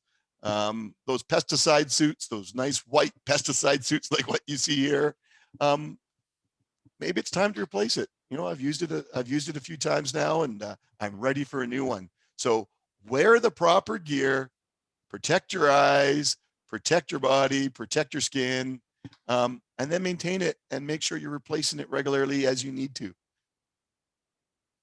Like I said, some of the stuff is pretty common sense, just kind of a bit of a reminder. And this is why we need to be precautious.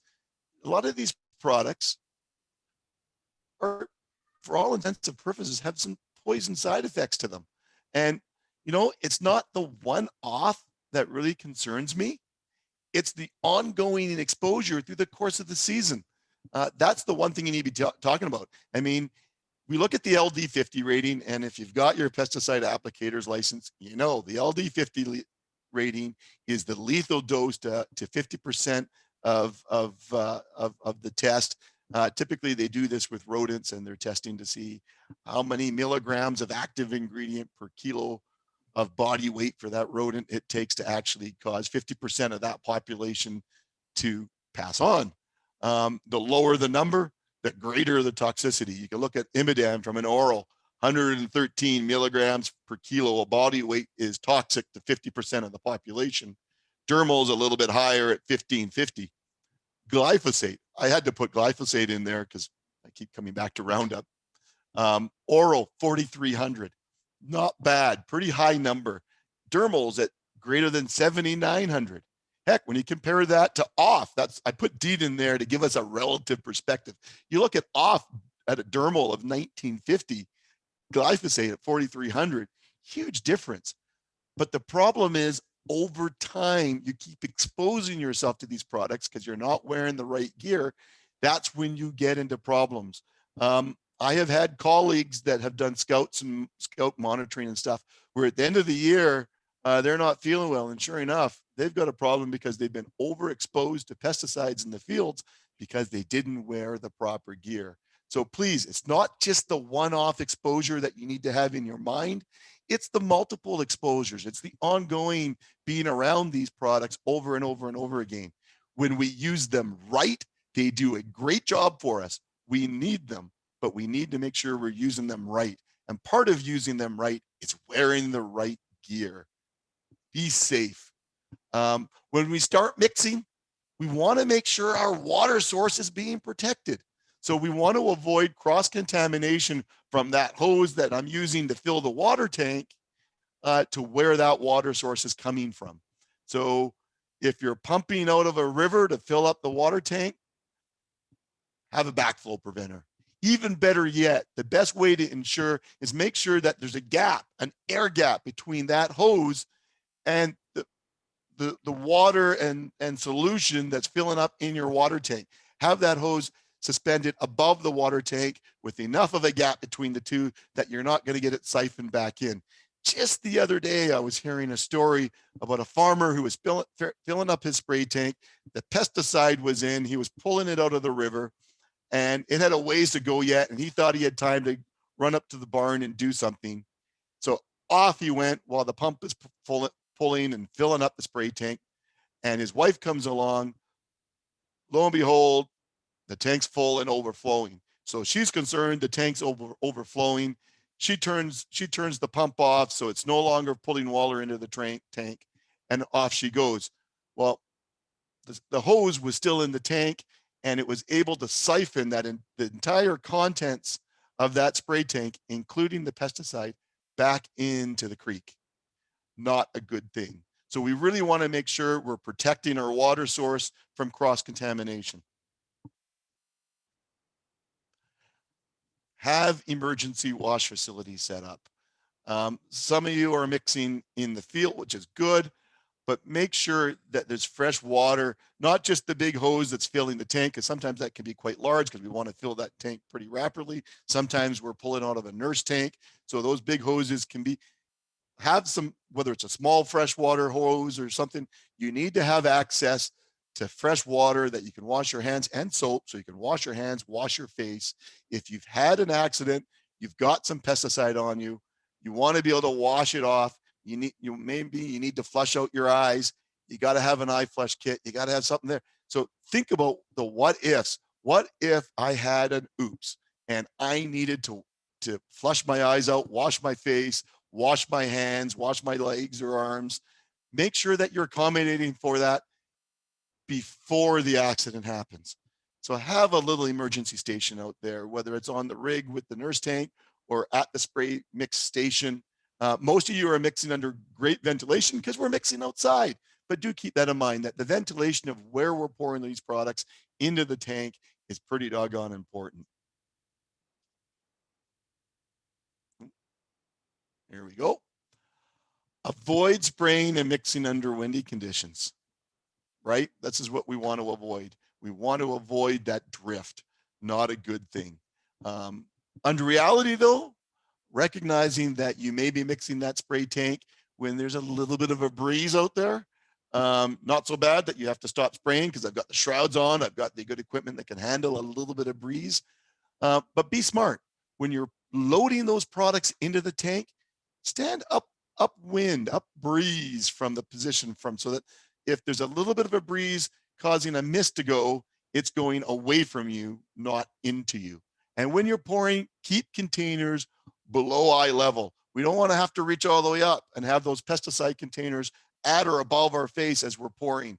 Sometimes that means you got to build yourself a little bit of a platform to stand on when you're pouring into that tank.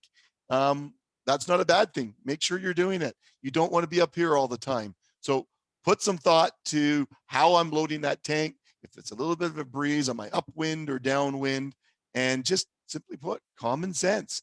These are poisons if we don't handle them correctly over time. Some of the products today come in bags.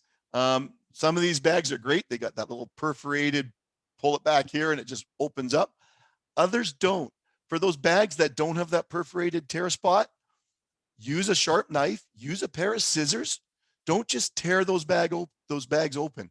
We want to make sure we're taking every precaution we can to avoid those spills. Pre-mixed water solubles, if you've got a wettable powder, you want to make sure you're adding a bit of water to it before you add it to the tank. We want to do what we can to cut down that dust because that dust can have active ingredient.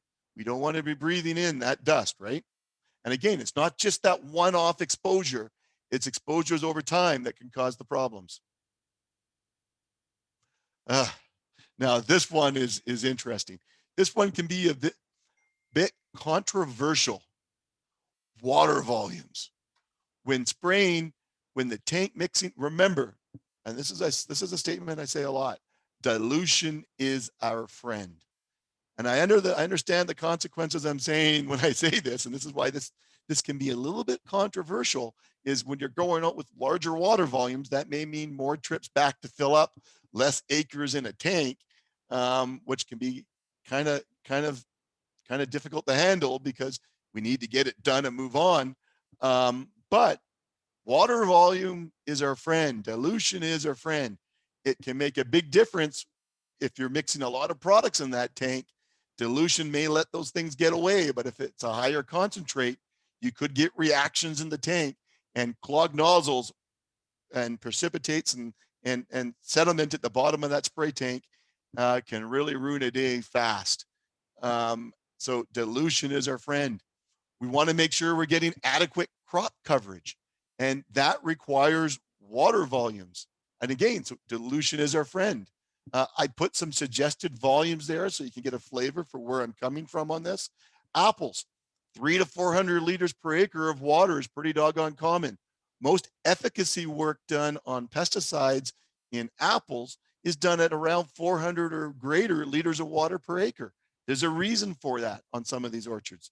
High bush blueberries, 200 to 250 liters per acre to cover a decent sized bush. Now, recognizing that early in the season, if you're going on with a dormant oil on your apple orchard before the leaves are out, you can sneak away with a lower volume because the canopy isn't there yet. But we do want to make sure that we're getting adequate coverage. Remember that dilution is our friend. If there's a lot of things going into the tank, they're going to get along a whole lot better when there's water in the tank versus when there's not water in the tank. So water volumes are not an area to cut back on. Do as much as you can. When mixing. So now we're getting into the real mixing here. I know this is common sense, but really start with a clean tank. And a clean tank is one that has seen a tank cleaner. Some of the products, some of the pesticides we use will actually coat the inside of the spray tank a little bit.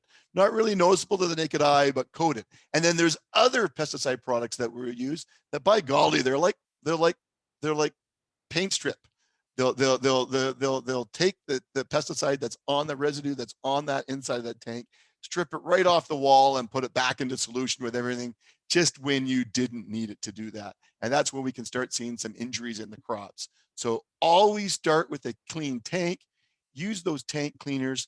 They're inexpensive and they're most definitely necessary. It's not necessarily what you see, but you can get residual buildups that can be stripped off the inside of that tank by the next product you're putting in there for the next spray you're going out for. So clean the tank in between. Start with a clean tank. So here's some suggestions on the orders that have worked. Now, is this the absolute way you've got to do it? No, of course not. But here's what we have found at Agro-K that has worked well for a lot of growers. Number one, pre-fill the tank. Don't start putting products in the tank when the tank's only got a third full of water. That's where we start seeing problems. And I know, like I said, we got to get her done, but fill that spray tank to about 2/3 full. When you got about 2/3 full of water, now we're ready to start adding things. So turn on the tank agitation, get the agitation going. Now we can start putting products in. We tend to like to see those acid-based products go in first. They tend to be fertilizer type products, micronutrients, but we want to see those acid-based products go in first. Agitate, react with the water. These are products that are going to buffer the pH a little bit. Remember, chemical hydrolysis. So these are products going to buffer the pH. You want them to have a few minutes of agitation so that the pH can stabilize again. Now we're going to add our organic materials. So if you're putting in a seaweed, or if you're putting in a humic or a fulvic acid, this is when those products would go in. And again, you want some agitation to happen for a few minutes to allow that pH to stabilize again. Now, if you're putting in any NPK fertilizers, 924-3, 318-18, 020-26, maybe a little bit of urea, now's the time to do it, right at this point in time. And again, we want to give a moment or two for that pH to stabilize. Don't just keep going from product to product. You got to give the tank a bit of time to stabilize. The pesticides typically go in right at the end. Now, you've been, of course, continuing to fill the water in the tank through this whole process. So by the time the pesticides are going in, the tank is pretty much doggone full. You're just topping up that last little bit at the end. So you got maximum dilution when those pesticides are coming in, and you've given a few minutes so the pH has stabilized. You're going to check that pH periodically to make sure that that chemical isn't breaking down, and you're good to go. And again, I just can't overemphasize this. Dilution is our friend. So a few more things to keep in mind. We do want to avoid mixing concentrates together in the bucket or whatever you're in, concentrate in a bucket before adding to the tank. It's one product at a time. If you can, pre-dissolve water-soluble products prior to placing them in the tank. At least with those products, at least get a little bit of water in with them before you pour them in to cut down on that dust and that exposure. Remember, from the safety dust exposure perspective. And this is where we at the industry have our little caveat to get us out of legal issues. If there's any concerns or questions about product compatibility, do a jar test. And this is where I will suggest, if you need to do some jar testing, your crop advisor might be able to help you out. I'm probably going to get a few phone calls from some of these crop advisors after I'm done. But it is true. If there's any questions or concerns about compatibility, don't be afraid to do a jar test. Mix a little bit of everything in some water, give it a shake. What happens? I've done lots of jar tests over the years. Some of them gave me the response I suspected, and other ones somewhat surprised me. So when spraying, number one, don't spray in the heat of the day. What do I mean by that? If it's approaching 25, 26 degrees Celsius, you should be done spraying. I have seen straight water burn crops in a 28-degree day. So you want to be careful. Don't spray in the heat of the day. You're going to burn leaves. Spray on dry leaves as much as possible, not wet leaves. That becomes a bit of a challenge if you're spraying in the morning and you've got dew on those leaves. But what happens is that moisture on that leaf enters a variable into this whole equation that we're spraying that can have a weird impact on how that spray covers the leaf. It will impact how that spray is covering the leaf. And due to surface tension of water, it will actually cause those droplets of spray to gather in glomps on the leaf that can lead to phytotoxicity area concerns. You can burn leaves. So the spray mixture may be fine if it's going on a wet leaf, and the reaction with that water that's already there, pulling in little droplets of spray into a concentrated area, you'll get burned. So as much as possible, spray on dry leaves. And of course, don't over apply. You're not looking to get these leaves so dripping wet that the product is just dripping off of them like it's been raining heavy. We're looking to get things wet. So a spray to wet, don't overspray to drenched on the leaves. Common sense stuff, right? Like to talk about, and I'm calling this Dell's 150 rule in honor of a good friend and colleague of mine who is actually the person who taught me this rule. Dell's 150 rule about leaf function. So, and what this rule is, you take the ambient temperature of the air in Fahrenheit, add it to the percent humidity. As soon as that number starts approaching 150, and certainly once it gets over 150, leaf absorption drops dramatically. That leaf is essentially starting to shut down and not function.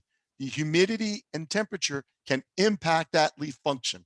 And this is a general rule to tell us that that leaf is starting to shut down and not function. The temperature and humidity too high. So this is a time when you want to avoid systemic products. So if I'm spraying a pesticide, let's say I'm looking at a fungicide, I want to put on a fungicide, and by golly, with the Dell's 150 rule, I've added the Fahrenheit and humidity, I'm getting to 148, 160, 145. Don't go to those systemic fungicides. They're not going to work because they need to get in. And if the leaf isn't absorbing them, they're not going to get in. So you better be using a contact fungicide that's going to cover the surface and contact the pest that we're going after and neutralize it that way. Same thing on the fertilizers that are going in those tank mixes. The fertilizer needs to get into the crop to work. Well, if the leaf is shut down, the fertilizer isn't going to get in. So if you're at that 150, don't put fertilizers in that spray tank with that pesticide. They're not going to get into the leaf. So stick to non-systemic pesticides. and avoid fertilizers as soon as you start getting close to that 150. So Dell's 150 rule, pretty critical. There's another golden nugget. Thanks to Dell. Spraying in the morning or spraying in the evening. Either or, but there's some trade-offs. I do recommend to growers to spray in the morning. And here's why. We want to maximize absorption, and that's why we want leaf wetness. I get that. But we've got a disease problem as well. When we take leaf wetness and we keep that leaf wet for more than 10 to 12 hours, we're incubating disease. So we got to ask ourselves what we're spraying and why we're spraying it. Do I got a lot of disease pressure out there right now? And is that 10 to 12 hours of leaf wetness an issue or not? And what I mean by that, you go out and spray at 8 o'clock at night. The sun comes up at 6 o'clock, 5:30, 6 o'clock in the morning, but it takes a few hours to really get higher in the sky and start drying those leaves that you sprayed. It could be 10 or 11 o'clock in the morning before that crop is dry. Well, I sprayed at 8 o'clock at night. I've now created leaf wetness for greater than 12 hours, which is, like I said, what is needed to incubate a lot of disease pressure. So that incubation period is pretty critical. Where if I go spraying and I start after midnight, 5 o'clock in the morning, whenever, that sun comes up at 5:30, 6 o'clock in the morning, those leaves are going to be dry by 10 o'clock. I start at midnight. I haven't exceeded that 10 to 12 hours. So keep in mind when you're spraying that magical 10 to 12 hours to incubate disease.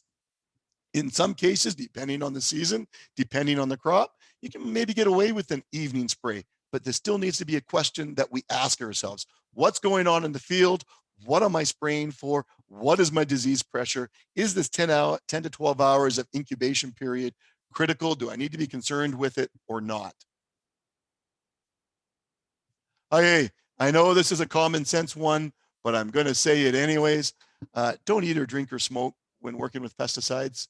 And if you're going to take a coffee break or lunch break, make sure you wash up. This is where, we think about dermal exposure through the skin as being an issue with pesticides over time, but the oral exposure numbers are usually much lower. This is where we can really get sick. And if you have pesticides that you've got a little bit on your hands and you're eating food, you're contaminating that food and digesting it, that oral coming in, eating it becomes more of an issue. And again, it's not just the one-off. If we're in a bad habit through the whole season, it's that season-long exposure that we need to manage for ourselves to keep ourselves safe. If you've got orchards and vineyards that you're spraying and it's in season, you actually have a canopy, please try to avoid skipping rows. You can certainly get away with going down every second row or even every third row, depending on the wood structure for things like dormant oil and lime sulfur early season. But once you've got a canopy, you really should be spraying down every single row. Take the time, do it right, optimize the performance of the products that you're putting out there in the field, right? So be diligent. After spraying, just about done, being cognizant of the time here. After spraying, well, common sense, clean up right away. And this means cleaning your equipment, getting that tank cleaner out, cleaning it out properly so it's nice and clean for that next time. Don't leave it sitting. I'm a procrastinator. I need to get these things done right away so that they're done, so that I don't come back to do the next spray and, ooh, I don't like what's in that tank today. And I got to start cleaning it out before I can even go out and spray. So clean your equipment right out of the gate at the end when you're done. If you've got empty pesticide jugs, make sure you triple rinse them. And through this Clean Farms thing, you can take those back into your Turo Agromart. They take them in for recycling. So triple rinse them. You do need to pull off the labels and you do need to take off the caps. For whatever crazy reason, they can't recycle the caps and they don't recycle the labels. So when the pesticide jug is empty, make sure you triple rinse it. You don't have to, but it's great to puncture it so that it doesn't get used for anything else. Take the labels off, take the caps off, and then you can take it back in next time you're off to the Turo Agromart to get some stuff. to get it recycled and get it off the farm. So clean up your equipment, clean up all your stuff. Don't forget to clean your clothes right away, get them laundered. And of course, don't forget to clean you. Go have a shower. You've been spraying all day. You may have some pesticide residue on your clothes. You want to make sure that you're clean at the end of the day. So don't forget to clean yourself as well. There's my presentation. Thank you so much for listening. I'll stop sharing the screen so I can actually see everybody and if there's any questions. Thanks, Alana and Allison and everybody at the Turo Agrimark team. Great, thank you, Rick. Just a couple things. Like one thing I would like to point out that people spend a lot of money on the pesticides that they're putting in their tank, and some of the best things we can do is just get the most bang for our buck to make sure that we are spraying correctly. I think this summer was a prime example. Nova Scotia wasn't used to being so hot for such extended period of time. So if you're starting to spray at say 4 a.m. and by 7 a.m. it was already basically time to shut the sprayer off. So I think there's people on this call that had some damage that they may not have been used to seeing before. It was like we stole the BC summer. And you did. It was really cold and wet this past year. So thanks for stealing our summer last year. Yeah, no problem. Is there anybody on that has any questions for Rick? It can be specific, especially if you're used to using Agro-K products or any like nutrient specific ones. And if I could ask Jill, if she could send us a message to tell us who she is, so that we can record your pesticide points, as well as call in user number 3. Not sure who you are. Your phone number is not coming up. This one might be a Rebecca question. It says, what tank cleaner do you carry? And my mind is actually blank right now because I know we've switched a couple times, but I think it's Demolish, but I'll let Rebecca confirm that. Yeah, we have a few just kind of generic ones, Demolish, Finish, All Clear. We usually have at least one of those in stock, so. great, thanks. Good question.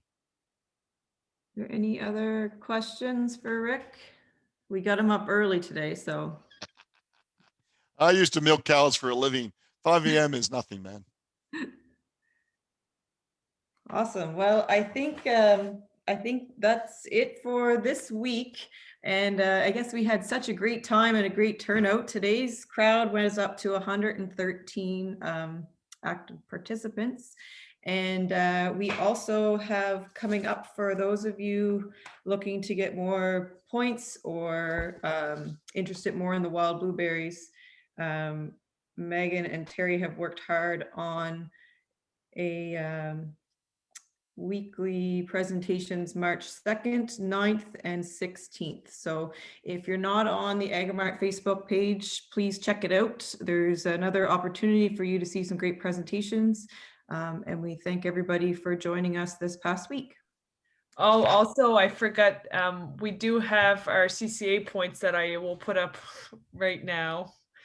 For anybody who are CCA certified crop advisors, you should be able to see that screen now, and I will leave it up for a bit while everyone can scan it on their app. If you don't have the app, or you know someone who doesn't have the app, just get a hold of someone at the office and we can fill your name and your number out on the forms for the days that you were here.